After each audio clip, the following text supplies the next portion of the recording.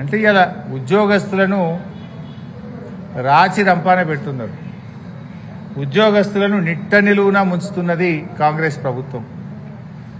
మీరు 100 రోజుల్లో పీఆర్సీ అన్నారు. 500 రోజులైంది కదా నీ గవర్నమెంట్ వచ్చి. ఎందుకు పీఆర్సీ గురించి మాట్లాడరు? కేసీఆర్ గారి ప్రభుత్వం 73% పీఆర్సీ ఇచ్చింది. భారతదేశంలో అత్యధిక పీఆర్సీ ఇచ్చింది బీఆర్ఎస్ ప్రభుత్వం 73%. ఒకసారి 43, ఒకసారి 30. మరి మీరెందుకు ఇయ్యలే పీఆర్సీ? ఆ రోజు ఇంకా మెరుగైన పీఆర్సీ ఇస్తాం, 100 రోజుల్లో ఇస్తాం, డిఏలు ఇస్తాం, బకాయిలు ఇస్తాం. ఏమైంది? ఆ రోజు అర్రాస్ పాట పాడింది. ఈరోజేమో కమిటీలు వేసి కాలయాపన చేస్తున్నారు. 3 కమిటీలు వేసి నువ్వు కొండందవి ఎల్కందవి పట్టినట్టు 3 కమిటీలు వేసి నువ్వు చేసింది ఏంది? ఒక డిఏనా? ఇప్పటికైనా బీఆర్ఎస్ పార్టీ డిమాండ్ చేస్తుంది, తక్షణమే 3 డిఏలు చెల్లించాలని ఉద్యోగుల పక్షాన బీఆర్ఎస్ డిమాండ్ చేస్తుంది.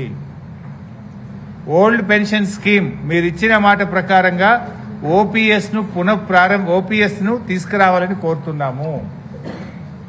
తక్షణమే బీఆర్ఎస్ ఇచ్చిన దానికంటే ఎక్కువ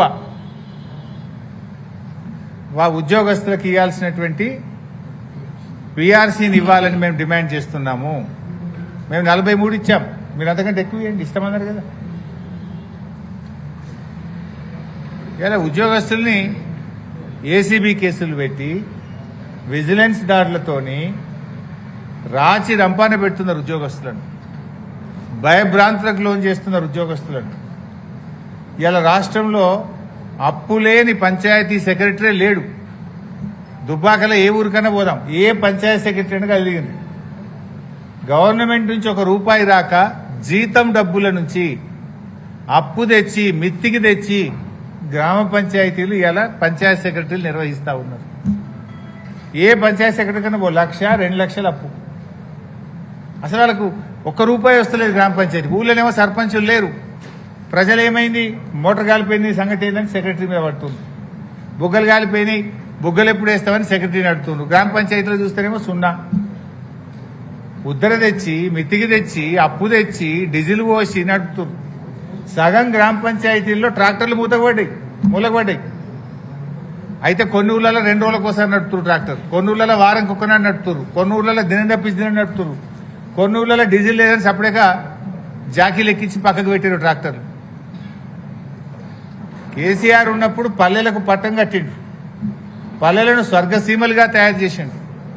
కేసీఆర్ హయాంలో అవార్డులంటే తెలంగాణ పల్లెల పేర్లు లేకుండా ఈ దేశంలో అవార్డులే లేవు.